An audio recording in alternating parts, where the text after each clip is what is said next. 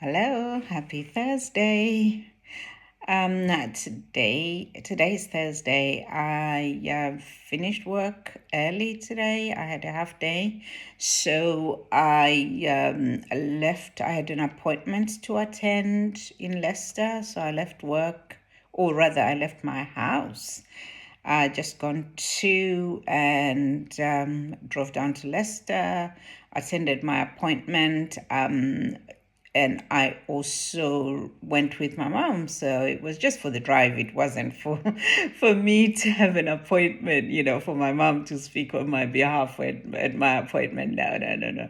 It was just so she could come with me on the drive. So when I went for my appointment, I left sitting in a pub. So when I got to Leicester, when I get to Leicester, I usually park at Morrison's or any other supermarket because it's so much easier to park at the supermarkets because I think most of them are all 3 hours maximum stay. So if you know you're not gonna stay for over 3 hours, it's always so handy. It's to just park there, go and do what you need to do, and then come back and pick up your car. So I parked at Morrison's and then crossed over, walked down the stairs, and then there's a pub there. I can't remember the name of the pub though. And then my mom got her drink and then sat at one of the tables watching. There's lots of screens. Most pubs have like TVs everywhere.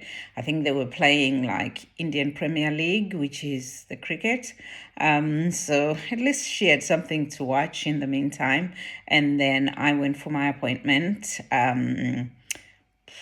maybe half an hour or so, and then came back and went to the to the bar, because you've got the bar, it's not the till, to get myself a drink so I could just like tidy myself over before I'll drive back. And then I started speaking to the young lady who was there, and she's like, "Oh, it's my third day today," and I am almost like, I don't know what I'm doing. And she's like, 'cause it's like I'm like a headless chicken. And it just, and I say to her, don't worry, I'm not going to ask you for anything major, anything complicated, because I don't drink alcohol. So I was just going to ask her for orange juice and some orange and passion fruit, like J2O, and that was it. So there wasn't, all those things she could easily get me without having to to mix vodka and coke or whatever it is that usually people request for. And I was trying to explain to her that I've been in that situation. So I remember many, many, many, many years ago, I saw this advert for a nightclub that was starting, in the city center. And I was like, yeah, this is good. And the only qualification they needed was somebody who can read and write, and somebody who's over 18 who's allowed to serve alcohol. So I'm like, I'm over 18 and I can read and write, you know, qualifications done, all ticked. And obviously able to work Saturdays, Friday, Saturday, I think it was Friday night, Saturday night, and I also think they did Thursday night, but I didn't want to work on Thursday night, so it was only Friday night and Saturday night that I was able to do. So I still managed to get a job. I don't know how, because I don't even remember going for an interview, because all I remember was just filling in a form, them asking us to come for an induction, and did a 3 day induction. And I'm like, if they had done an interview and asked me, what do you know about nightclubs? I would have been like, probably nothing, because to tell you the truth, I had never until that point been inside a nightclub. I'd never been in a nightclub. I had I don't drink alcohol, so I don't know much about alcoholic, the mixtures of alcohol. I know the individual, alcohols, or wines, but I don't know the actual, when somebody says Bloody Mary or whatever, I would not, to tell you the truth, tell you what it's supposed to be a mixture of. Or and I don't smoke either. And in those days, people actually used to smoke indoors. So it was all the things that I had no idea about. But I needed a Friday and Saturday job. So there you go. I went and got the job. So after the induction, my first day, I was doing, so there were two sections. You'd be assigned to do, either to be behind the bar or to be collecting bottles and glasses from tables and cleaning the tables.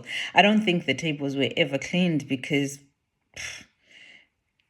I don't think anybody ever cleaned the tables. You just went and collected the empty bottles and the empty glasses, and you didn't actually ever have to bring the drinks to them, because they had to go to pay at the bar. So all you just did, unless if somebody spilled a drink, you just leave it as it is, because it was carpeted. However, if somebody broke a glass, then obviously you then have to sweep it up. But otherwise, it was just so simple and so easy. So my first day, easy. My second day, however, I was assigned to be on the bar. And I was like, okay, this is going to be interesting. So somebody would come and say let's say double vodka and Coke. Even up to now, I don't know. So I'm not going to say what what people were requesting for. And I'm telling you right now that people were getting, so if somebody says vodka, they would probably get something else. If somebody else, Jack Daniels, they would get something else. I was like, the first thing that came, I would be putting it into that into the bottle. So, and you're supposed, there's like this what do you call them, like the measuring cups. So you had like the little measuring cups. So and obviously the bottle has got like that little it's like a thin end. So we put some thin ends on them. I don't know, whatever you use to pour. It's a pourer, I would assume. So you put it on, and the person would say, "Okay, double," or whatever, and I'm like, I would probably just put so much more, and then just go on to the maybe the Coke or the Pepsi or whatever they request for, and put just a little bit, but most of it was all very alcoholic. And people would end up queuing. This is what ended up happening. People were queuing, and I was like wondering, why is everybody, all the other tills were empty, but everybody's standing at my queue, because I was giving them alcohol. They would just come and say, "Oh, can I have?" I would charge them for whatever it is, not what they've asked for, whatever they've asked for. So they then realize that I'm still gonna give them a different alcoholic drink. So they would come and ask for something that's cheaper. I would just go to the back, just grab whatever was there. The top shelf, just go and grab whatever was available, give it to somebody, and they were like, the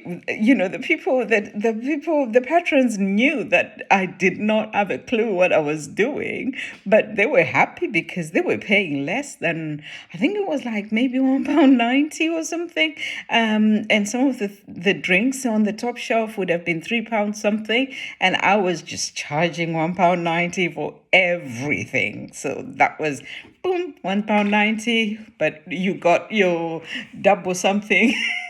But it was so interesting, because I did that my second day. So I was like, okay, this is okay. So on the first night, or on all the nights, what usually happens is you come in at was it 10 o'clock, maybe 10 o'clock. You set up, set everything up, you clean the whole place, and then the patrons start coming in, possibly just about 11 o'clock, and then they then stop serving alcohol at 2 a.m.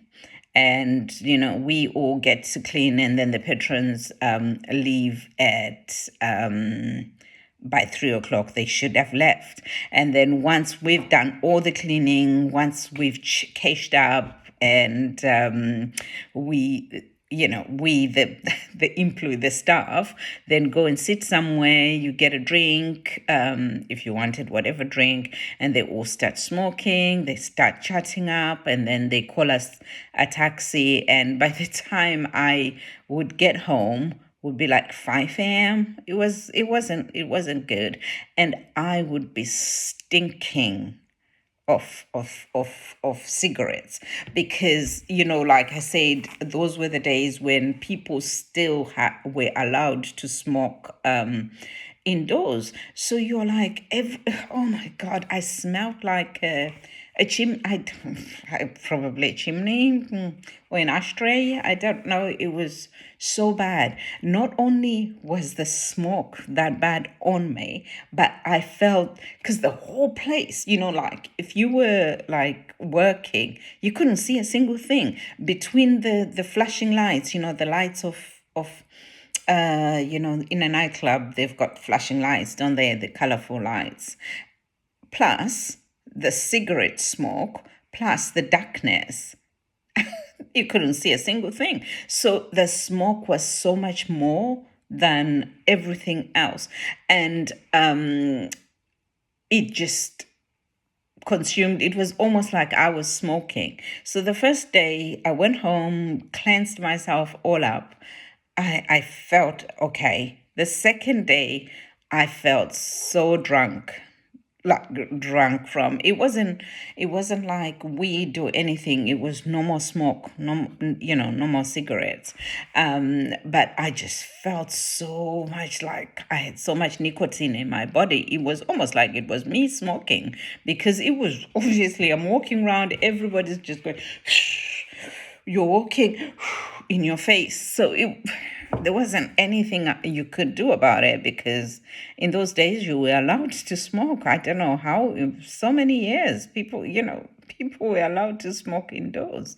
And then, so the first week went by. I thought, oh, this is okay. I'll go for the second week. So second week on the Friday, I went back to the tills, and it was just, I think it was like end of month or something, or it was an Easter, like one of those holiday Fridays, and end of month as well. And it was busy.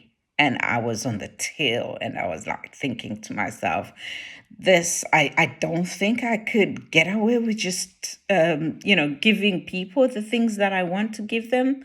I wanted to try to get to know my drinks. I tried everything I could, but the more I tried, the more confused I started getting. So every time somebody said, and the thing is, people don't actually say, can I have the brand, or the type of drink, plus two cokes. They will say some other name, and I have no idea what they're talking about. So in my brain, I'm thinking, okay, whatever that means, this is what you're gonna get. So next time you just tell me exactly 5 milliliters of this, 5 milliliters of this. Don't tell me like all the nicknames for the drinks, because I'm not gonna know that. But anyhow, it's not their problem. It was my problem, because I should have known these things before I came to work there. So after the second, that was my third. So second week, third day of working there on the Friday. So I did what I could do. And then I was like, I don't know if I can do this anymore. I was really like the first week I was obviously very excited and thinking, oh, I'll get there. With any job, you don't expect, you're not expected to know everything. But a lot of all the younger people who were there, they knew everything about these alcoholic drinks. And when we were finished, they are like drinking like crazy, and you're like looking at all these 18-year-olds, and they're drinking, like making themselves so drunk. And by the time the taxis are coming, they're like, oh, don't order my taxi yet, I still need to drink a little bit more. And I'm like, you know but I was always the first one, the first taxi to be ordered. I was always the first one, so that was that. So on the Saturday, I came to work, and I was still on the bar. And because I was hoping they'd put me on the glasses, which would have helped me, because then that way I wasn't going to feel like I don't know what I'm doing. But because the previous two, like the Saturday before and this Friday, my section or my till or my password, I think you have to press your password, swipe, and then put on the money. I am the one who saved many more customers than anybody else. The only reason why was because they were all coming to me because they knew I didn't know what I was doing. So I was just giving them the drinks, but it also made it seem like I was quicker, because other people were not, people would rather come and stand and wait in my queue rather than be served by somebody who's just standing there not serving anybody. So, and they thought, oh, she knows what she's doing. So they put me on the till again. And I'm like, are you serious? I can't do this. So I was on the till. I did exactly the same thing. I was getting a little bit to know the drinks, but I think it wasn't just the drinks at this point.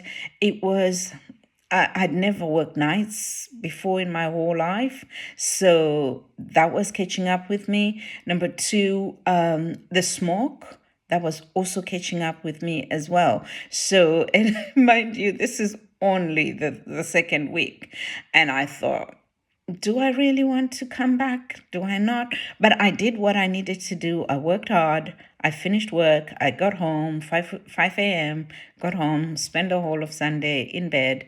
And then the week after, on the Friday, I came to work. They put me on the tills again. Everybody loved being on the tills except for me. I was the only person. Everybody, other people were so annoyed that they were not on the tills. And I was like, I would rather not be on the tills because I have no idea what I'm doing. But other people wanted to be on the tills. They actually thought that, the reason why I was, well, not just me, why they were putting me on the tills more was because I was like really good at my job and I knew what I was doing. No, I didn't. I just saved more customers because they just knew that I would just give them whatever anything. They could probably point. I could even ask them to say, can you point to the drink that you want me to, the drink you're talking about. They'll point to the drink and I would know any different. It could have been the 5,000 bottle of champagne and I would not have any clue about it. So, and I'm like thinking, I was in the toilet with one of the girls and she was like, oh my God, I can't really bear to be cleaning tables anymore. I can't be collecting all these tables, and I'm like, yeah, but I can't bear to be on the tills. But I didn't tell her that because then everybody would then know that I don't know what I'm doing. They just wondered. They thought I smiled more. They thought I was just good. To tell you the truth, I even saw people, somebody would say, can I serve you? And the person's like, no, no, no, we're here, like pointing at me. And the people will be like, okay, what do you do if a person doesn't want to be served by me? What can you do? But it was I wasn't getting the grip of it.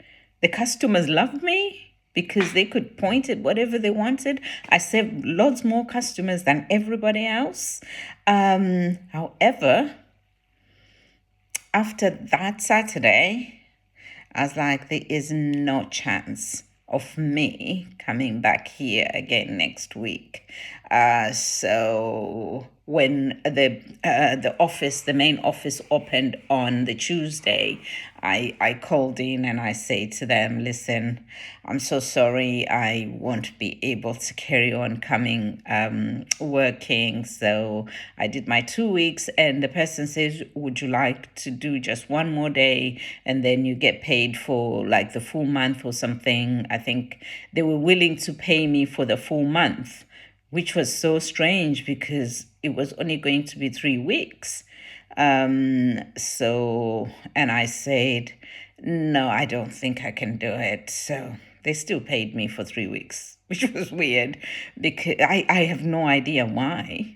So they paid me and I was happy with the pay. And since then, I've not ever worked in a pub. I've never, or either pub or nightclub or anything. And I still, up to this day, I mean, I don't know if I've been to a nightclub, like a nightclub where people are actually raving. I've been to like live shows and stuff like that, but not, I've been to pubs so many times. Being in a pub is easy, and I think maybe for work dues and stuff, I've been to like places where there's either a DJ or live music, but not nightclub type of setting. And obviously, these days, thank goodness for that, people don't smoke indoors anymore. So maybe I could, if I only learned how, the alcoholic drinks, I could probably at some point work in a pub or probably not in a nightclub. I think I'm way past that age now. But in a pub, I probably would, because I think pubs are a lot more relaxed. Yeah, a little bit more relaxed than nightclubs. Saying that, yep. So that is my experience. So I told this lady, but I didn't tell her the whole story. I just told her I was, I know what she means. I've been in the same position as her before. But yeah, after that, got back on the road, and back home we came. Happy Thursday. Bye.